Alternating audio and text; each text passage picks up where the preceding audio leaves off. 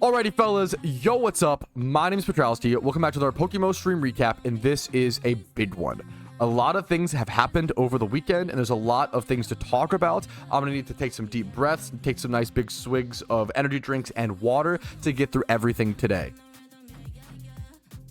But let's go ahead and start with the normal stuff, okay? The catch events, the events, etc., etc. So, first things first, shout out to Shiny Wars and the leaderboards. Spheal Team 7 currently in the first place lead. Behind them, Ohio Shiny Hunters, OH Shiny Hunters, ETG Team, Unprotected Sleep, Team Moon, Brilliant Optic. This is still anybody's game, okay? This is still, like, Shiny Wars, there's so much room for such insane point swings. This is still anybody's game. Team Radiance, anybody in top 50. Anybody in top 50! Congratulations. In my opinion, you're doing a great job. Top 50 gets you at least one unique vanity. So aiming for top 50, I feel like is the way to go. Good luck to everybody fighting over top 50. Okay, next up. Miltank catch events. Miltank catch event coming up on the 15th of July at 2 p.m. ET, Route 47 in Johto.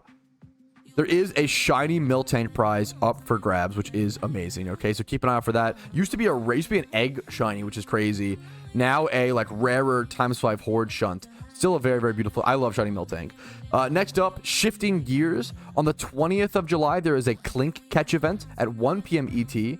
This is Sunday in Shardstone Cave in Unova with a shiny Clink prize. If you're not familiar with catch events or have never done a catch event, if you Google catch events explained PokeMMO, I have a video that goes over a bunch of guides, general strategy, as well as how to submit your Pokemon, which is a lot of people ask, like, how do I sign up or participate in a catch event, and how do I submit my Pokemon? I have tons of videos that answer all those questions. Okay. That is it for the event stuff. That's the easy stuff for today. Okay. The more difficult stuff is there's two other topics. A big player in PokeMMO was unfortunately banned. G20 or Gamer 2020, who was the owner and creator of PokeMMO Zone, a fantastic resource in PokeMMO. He was banned by the PokeMMO devs for third-party program use. So I don't know if that's botting or whatever it is, right? They have, from what I've seen, the devs have overlooked and like confirmed on that multiple times by multiple people. It's always human error exists. It's possible he still got falsely banned, but it just seems really unlikely at this point, and I just don't know. Whenever someone gets banned, I usually say the same thing. If you broke the rules, I hope you stay banned. If you didn't, I hope you get unbanned as soon as possible. We have seen people get unbanned. We have seen people get banned, and then the devs drop like the evidence of like, hey, no, you definitely did it. The problem in PokeMMO is every time someone breaks the rules, it's usually a genuine player. We don't really have bot farms in PokeMMO because it's not worth bot farming in PokeMMO in the scale of things like old school RuneScape or World of Warcraft, because you can multi-log in those games. I always say bot farms don't really exist in PokeMMO. Bots do exist, but you don't see many. There might be a handful, but not many bot farms. A bot farm is someone running like 10, 20, 30, 50 accounts all at once, so, you know, farming for Pokeyen, right? So you don't really see that in PokeMMO because the one account per device thing. You can only log into one PokeMMO account at a time, the multi-log clause, right? Why would you ever bot farm for a game to sell for real world money to make money on a game you can only log into one account versus logging into 20 RuneScape accounts at once on one computer? Like, it's just not, it makes no logical sense. It's not worth to bot farm PokeMMO versus any other game, essentially. So usually when people do get banned, it's because they are a genuine player who like turned to the dark side or got false banned. You know, it does happen, but it seems like it seems like it is what it is. It's still sad. I think it's always sad whether someone justifiably gets banned or not. I do think it's sad. It's okay for them to be justifiably banned. It's still, you know, they deserve it. I don't know if that's the case here. I don't know. You just never know, but it's still sad. I think that's, you know, I love G20. He was a massive positive influence on the community, but if he broke the rule, he deserves to get banned. If he didn't, I hope he gets resolved and unbanned as soon as possible. That's all you can ever say when it comes to stuff like that, which is really, it's a really touchy subject and a complicated one. All right. Yo, what's up? My name's Patrouski, and my next order of business today is a big one, okay? I've seen a really common question going around in regards to temporary incubators, and I wanted to give my best response and thought process to it, because it's probably one of the most importantly discussed things right now in PokeMMO. Everybody's just discussing temporary incubators. Thank you so much, Kyles. What's up? What's up? Perfect timing. I don't even know if that's crazy. Temporary incubators were a proposed update that we actually stopped as a community on this recent update because we thought it was so bad for the game. It was pay to win. It increased the speed and difficulty of shiny hunts by such a massive degree. It was problematic. Okay. Now I have a nice big write-up to answer this question, talk about a lot of things. So this is going to be a second monitor, just listen to me yap sort of video. If you're going to, if you don't want to hear it, type why you yapping Patrouski and click off the video. There you go. More power to you. Okay. A lot of people have been asking the question is, if temporary incubators are pay to win, why is everybody okay with donor status and shiny charm? And it is a good question. Okay. The difference is orders of magnitude and time saved. Okay. Shiny charm and donor status respectively save 10% off of your shunt, right? They increase your odds by 10%, okay? And even these, like, most shiny hunters don't love that these exist. Donor status has just been here forever. I don't love being able to credit card swipe for in-game benefits. I like, vanities, ocarinas, convenience stuff, totally fine. I don't love that this is here, but it's been here for so long, there's not really any way to go back on it, right? And then it's like an evil necessity sort of thing, necessary evil, right? But it's 10% increased chance of shinies, okay? Temporary incubators speed up your shiny hunt by almost 100%, and that's in comparison to permanent incubators. Comparison to prior to the update, incubators in general speed up eggs by 3 times, which you would never see in any other piece of content. Temporary incubators speed up your hunt by almost 100% because you're going from 8 permanent incubators and then adding 7 temporary ones, taking your total eggs hatched to 15 eggs per hatch cycle from the prior to update 5 and post permanent incubators 8, right? Now, many high-level shiny hunters don't even use donor status or shiny charm, right? It is not a requirement, and it's even debated on whether it's efficient or not for certain shiny hunts. You would almost never use shiny charm, for example, on any shiny hunt other than egg shunting, right? Temporary incubators will be a fucking requirement for egg hunting. There is no way around it. You will be wasting so much time if you aren't using temporary incubators that it would be faster to not shiny hunt until you can afford the temporary incubators and then use them. The order of magnitude and severity of how good something is very, very important to an argument, not just the thought process, although that is very important, right? It's the same way, like, oh, if you want to have a fun weekend, you have a few beers. You don't shoot up a hard drug, right? Like, oh, you want to have a fun weekend, let's have a few brewskis with the boys. You don't do hard drugs and it's a severity thing. Like, those two things are very, very, very different. Continuing on. This is all so far just talking about the pay to win argument against temporary incubators, which I do think is the weaker argument of the main 2 arguments being presented right now. And I do think that the conversation is being switched in terms of direction to be more focused on just what an insane buff to egg shunting this would be in one update, which literally no egg hunter wants. Even just permanent incubators being added is a 60% buff to egg shunting speeds from 5 eggs hatched per cycle to 8 eggs. Could you imagine if they made Elden Ring 60% easier in one patch? People would lose their fucking minds. If they made it so that, imagine if they made it so that leveling was 60% faster in classic WoW. People play these games because they are a challenge, because they are a grind. And sometimes I think the new generation of gamers has forgotten that it's okay for some people to not like things. The same way it is okay for some people to not like my content. I am never going to get everyone to like me. And in fact, if everyone did like me, that's probably a sign that I'm being disingenuous and not being my earnest self, wavering my opinions to the masses solely to be more liked. It is not only okay for people to not play PokeMMO because of the shiny rate and grinds, but it is a good thing. It builds a tighter and stronger connection to the community that does connect with that part of the game. And if they do want to cater certain content towards a more casual audience, I say go for it, but maybe do it with new things like storyline prestiges or an in-game Nuzlocke mode or dungeons, etc. Why would you take something that hardcore players love and try to appeal it to a type of player that don't play that part of the game? It just makes no sense. People shiny hunt in PokeMMO because it's difficult. If you don't want high shiny rates, I think that's awesome and totally valid. Neither way is better or worse objectively. They are just different for different players and create different experiences. But if you like high rates, you can just go play one of the dozens of Pokemon games with higher shiny rates. PokeMMO is one of the few shiny hunting games where they always seem to care about shiny hunting integrity and difficulty. All of this doesn't even factor in the effect on the Ditto market, which would largely be a bad thing in my opinion. If you severely lower the time an egg shunt takes, plus raise the amount of eggs you can hatch at once, this is going to cause Dittos to be consumed much, much more quickly. This is bad for many reasons. Number one, even this makes the hunt more pay to win, because it's going to become more about the Pokeyen versus the length of the hunt itself, which was not the case before. Yes, getting 150 mil or so before was daunting, but that was the much easier and faster part of the hunt, was making the Pokeyen. The difficulty was egg hunting, hatching the eggs, the grind of all that, right? That was the difficult part.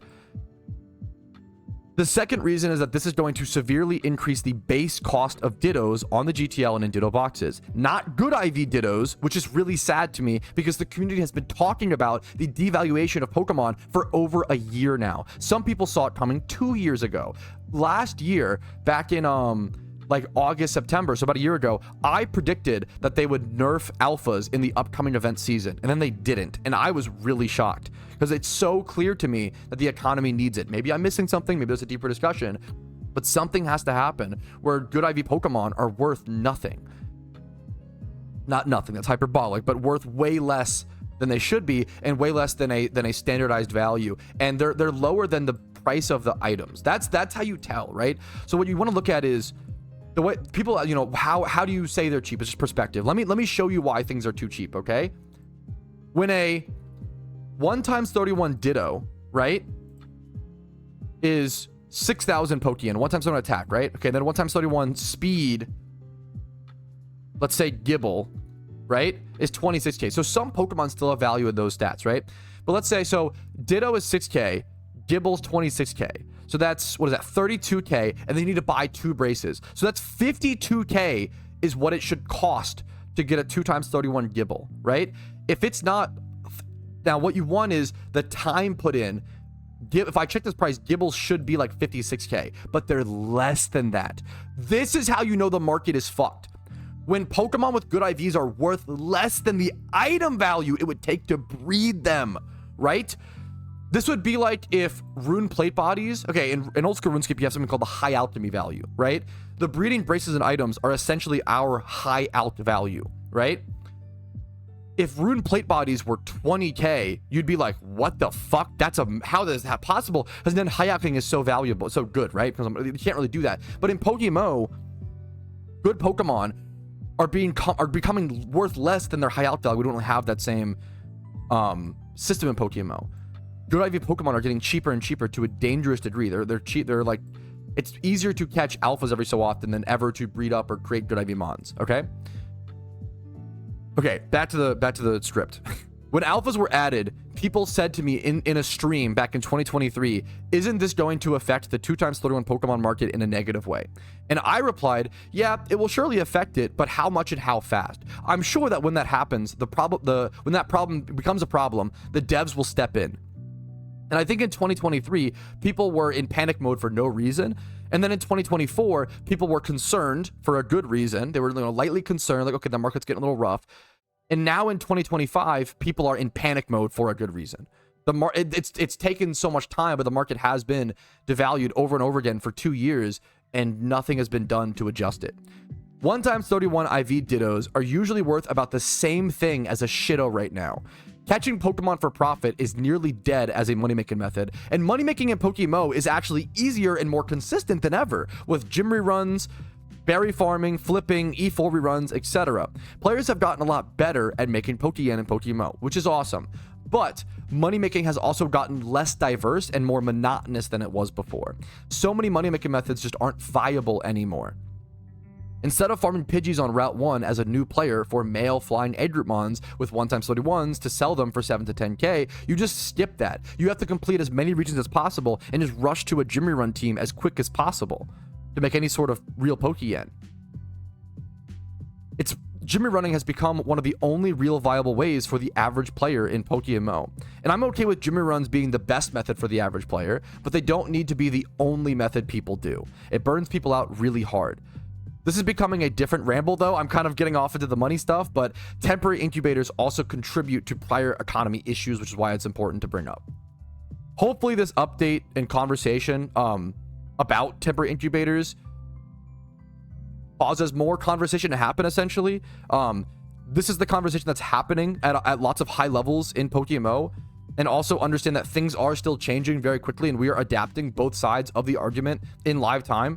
I think everybody is actively trying to figure out what is the best thing, the best position for the future of PokeMMO. So I appreciate kindness, patience, and like all sorts of, charitability when it comes to these discussions.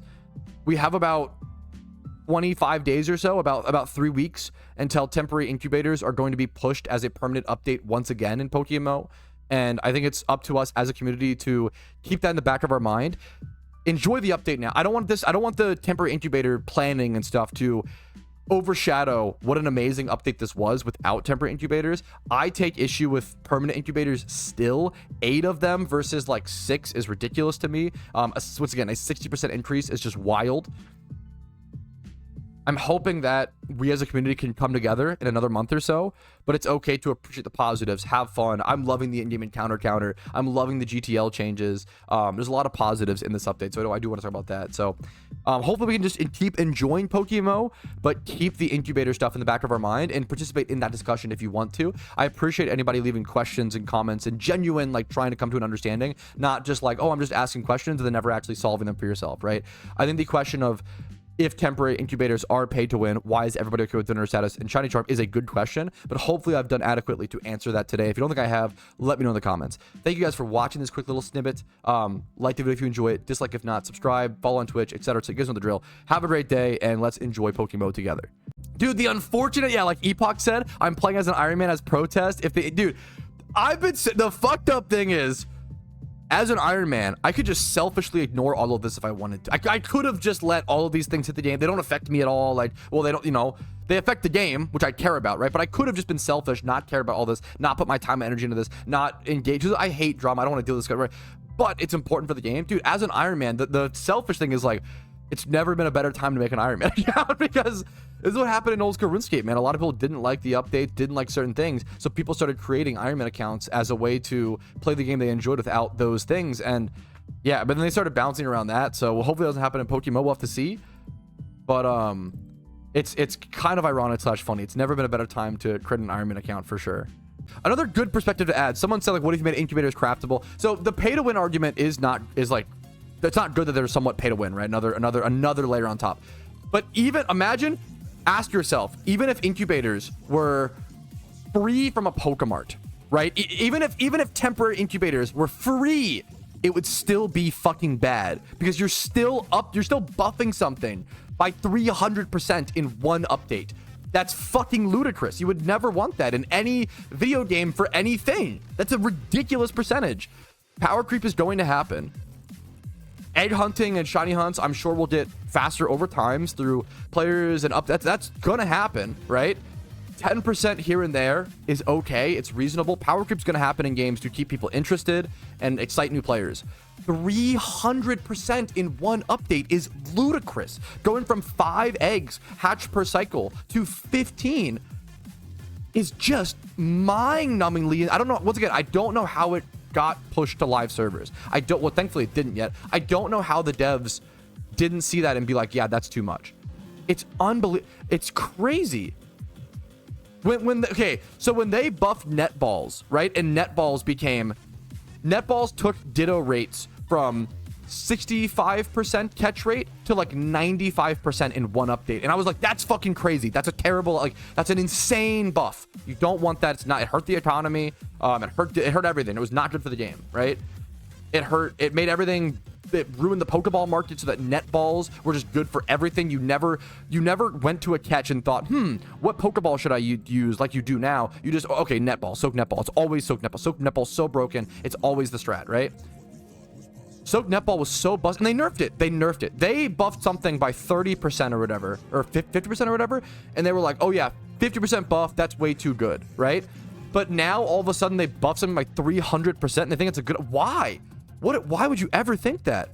That's an insane idea. It's just so crazy to me.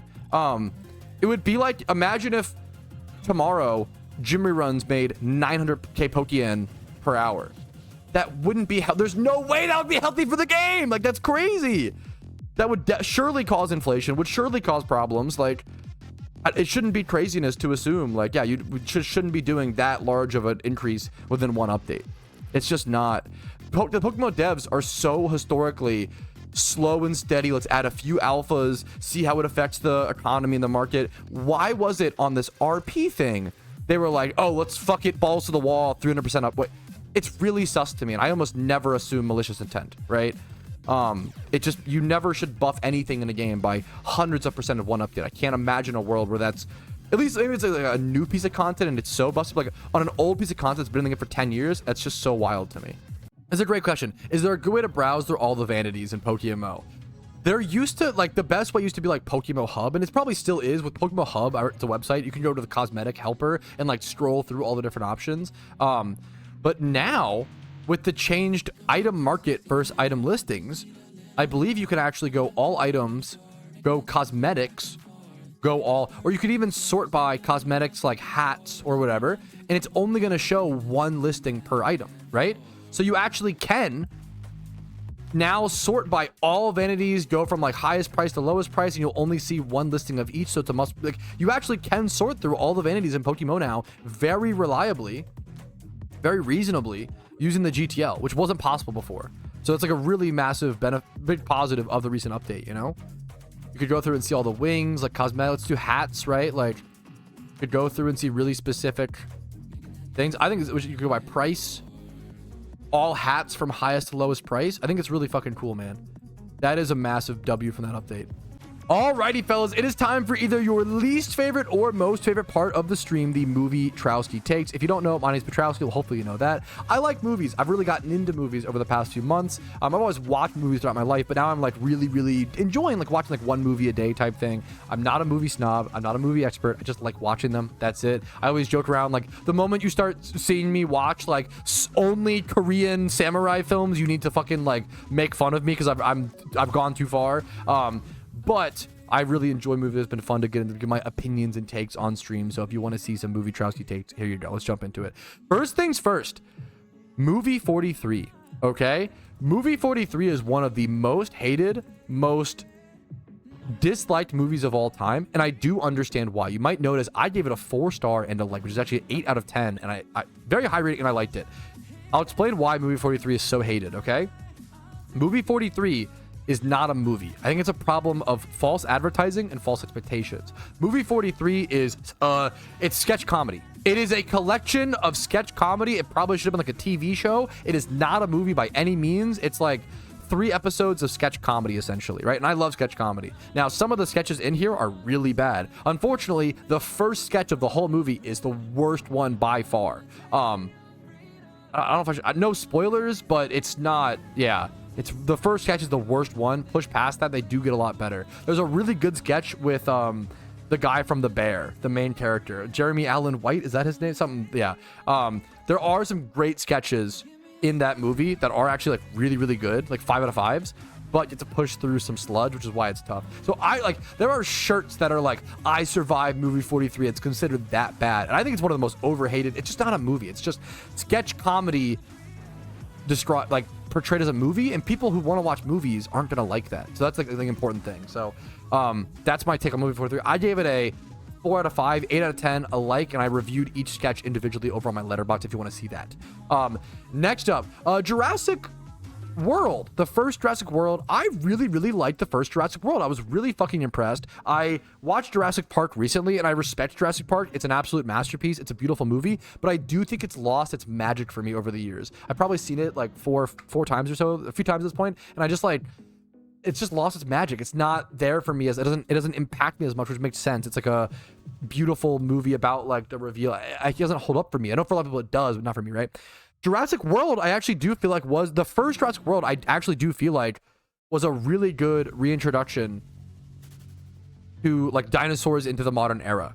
Okay, it was really fun. I thought it was pretty like well done. It kept me interested. It kept my attention. I really besides that, Chris Pratt has Riz for better or for worse. I thought it was a great fun movie. Now, we watch all the Jurassic Worlds to prep for the new one in theaters right now, me and my wife. Jurassic World, what's the next one? Is it Dominion? Fallen Kingdom, I think, is Jurassic World 2. Jurassic World 2 is Fallen Kingdom, and then the third one is Dominion.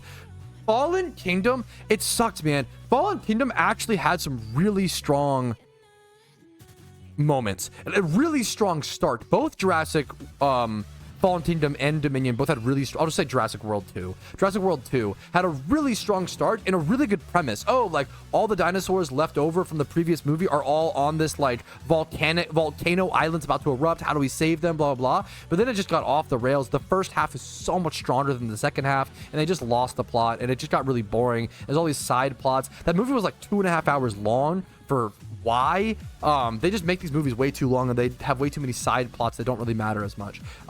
Next up, Jurassic World Dominion. This movie was so fucking boring. It could not keep my attention at all. I think Jurassic World Dominion is a perfect example of high budget does not equal great movie.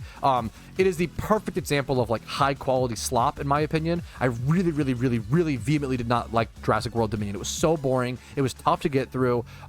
They brought back, this is the movie they brought back all of the original characters for. They brought back the original cast from the first Jurassic Park for this movie, and the movie's about, so you might, obviously know, the Jurassic Park and Jurassic World famously about dinosaurs. For some reason, they made this one about insects that eat crops. It's just so, which like could be interesting, but it's not. And then, damn, it was a really big bummer, man. I was really, really bummed.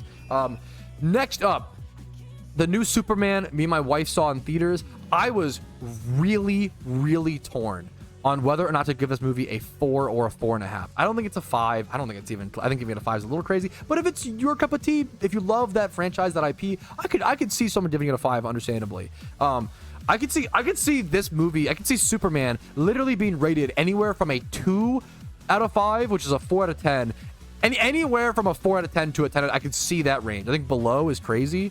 10 out of 10 is a little high, but I think it's like I think Superman is a perfect, fun, optimistic, really well acted dude. Oh my goodness. Obviously, I think everybody knows this, but Nicholas Hoult as Lex Luthor, he was so fucking good. 1A, what, dude? When you gotta watch, it's so fucking good. When he is a certified Superman fucking hater, bro, and it's so good. And they explain his character so well, where like most villains are like, oh, I'm mad at this Superman, and I'm jealous, but I don't know it. He fucking knows it, and it's really interesting, and they do a really good job explaining that. Superman is super fun. It's a super fun movie. It's not gonna be super deep. There are a lot of moments where like I do feel like I got like really like deep emotional chills, and like I don't think I cried at all, but I think I like maybe almost did, or teared up a little bit. The scene with like the kids hoisting the flag. There's a lot of really beautiful stuff here. There's a lot of allegory. There's so many things talked about in Superman, but one of the coolest things is like in Superman is like it's really sad that like people who are doing really positive things in the current time frame, people who are doing really positive things and are trying to make better changes are just like critiqued more than ever. Everyone's more critiqued than ever, and it sucks that someone like Superman, like a positive person is so positive, is like being hated on, and like it's a good allegory for no matter how good you're doing, you're gonna get fucking people mad or jealous or whatever, which sucks, right? But that's human. It's human. I gave Superman an 8 out of 10. It was really close to a 9. If I could, I would give it an 8.5. That's my real score, I think. And I gave it a heart, which is a like. I actually will probably rewatch Superman in theaters before it leaves. Me and my wife have a movie pass, so we pay like a flat fee every month to the theater, and we can go see as many movies as we want. So If you have that at your local theaters and you like movies, I recommend it. If you just watch like 2 movies a month, it becomes a really good deal. Anyways, okay. Eternal Sunshine of a Spotless Mind, one of the like hailed as most like emotional movies of all time. Dude, what a hard watch. What a genuine portrayal of relationships. And I think relationships are toxic at times. And one of the things I always talk about is like, I don't like that humans don't share the worst parts and not like your worst moments and like your hardest times in your life. And like, I think Eternal Sunshine of a Spotless Mind is a beautiful, real example of a somewhat dysfunctional relationship that is also like true love and like they're fucking soulmates and like they can't be together, like they can't not be together, and like it's so good. I think Eternal Sunshine of a Spotless Mind, it's weird because I almost think judging this movie as a movie, it ends up being very convoluted and the pacing is weird and scrappy. I almost think it could be judged poorly as a movie, but by the normal movie standards, but it's such a fucking piece of art that it just breaks all of the normal standards. It's outside the box, you know. It creates its own grading system, and it makes you feel, even if you don't like, you almost can't judge the movie critically. It just is such a, it makes you fucking, it's an intuitive movie. It makes you feel. I sobbed multiple times watching Eternal Sunshine. I think it is a beautiful movie. A little weird at first, a little overly convoluted. That's the biggest thing, is like it's overly, the time frames is not always clear and it's a little overly convoluted. But it's a really fucking beautiful movie. 5 stars and a like, 10 out of 10. Tim and Eric's $1 billion movie. I generously gave this a 2.5. I really want to like Tim and Eric. I just really don't think I like their comedy style. As a big I Think You Should Leave fan, I've really fell in love with Tim Heidecker from I Think You Should Leave and like certain sketches, and I watched like some of his YouTube sketches, and I love a lot of his. He's very, very funny. I just can't get into Tim, and I don't know, man. It's just not for me. So apologies to the Tim and Eric fans. I gave it a 2, and I just don't find, there's some hard chuckles and hard laughs, but a lot of it is just mundane. I'm surprised this was a hot take. I didn't realize this movie won a fucking Oscar, and I actually couldn't believe it. The original Batman. This is one of the most boring movies I think I've watched this year, easily. The 1989 Batman with Michael Keaton. And I have a lot of nostalgia for this movie and specifically the later ones. The first movie, I think, there's a lot of style. They do the Joker version of Joker where he falls into a vat, which is really cool. They do like Jack Nicholson's amazing. All the acting's pretty good. But the lines, the dialogue, it's just all so movie. It plays out such like a cheesy movie, and it's just so boring. And I just couldn't pay attention for the life of me. I was really unimpressed by 1989 Batman. Now I do want to watch the later ones, because I remember like Jim Carrey's Riddler, like there are like Poison Ivy and Batman and Robin. These movies drip and ooze of style and vibes and aesthetic. I remember them so vividly watching them as a kid, because they're just so weird and they're like funny and wacky, right? Like, is it Schwarzenegger who plays Mr. Freeze? Like, they're cheesy movies, but like cheesy movies can be good. I did not feel like the first one was cheesy and good. I thought it was like pretty forgettable, boring, but it had good style and vibes. That's maybe not forgettable, but the plot was whatever and all over the place. But I do love I'm excited to watch the later ones. I feel like I prefer the later ones versus the first one, but it's rated very highly and stuff. I also watched Neighbors. I gave Batman 1989 a 2 out of 5, 4 out of 10. I don't think it's aged well in terms of attention span, and maybe that's a Zoomer problem. You know, I think that's fair to argue. Neighbors, okay, 3.5 stars. Neighbors is a totally acceptable comedy movie to throw on in the background. I think this movie will hit especially hard for you if you're a young parent. But other than that, I don't have a whole lot to say. It's just it's Seth Rogen versus Zac Efron. It's funny to see. It is funny to see Seth Rogen play the like more responsible, the like parent figure, which is kind of funny, right? That's interesting, at least. But it's just a very adequate comedy. That's really it. It's just an adequate comedy that is super fun to put on and relax, but it's not going to be anything amazing or crazy. It's just a good comedy, solid comedy to put on. That's the Movietrouski takes. Thanks for listening. Zombie heads are up a little bit, fellas. The Patrouski investment going strong. Last time I checked, they were like 100K a piece. Item listings. How many are there listed? I invested into a shit ton of zombie heads way back in the day. I think I bought them for like 20K a piece.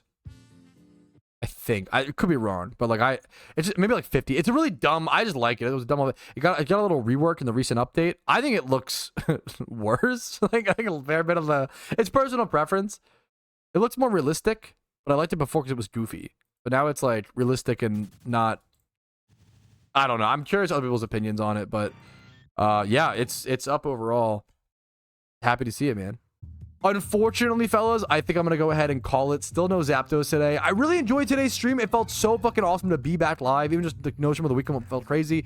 I am 22,000 encounters. Well, almost-ish. Into Zapdos. Still no legendary. We're hoping for it. We're going to keep going.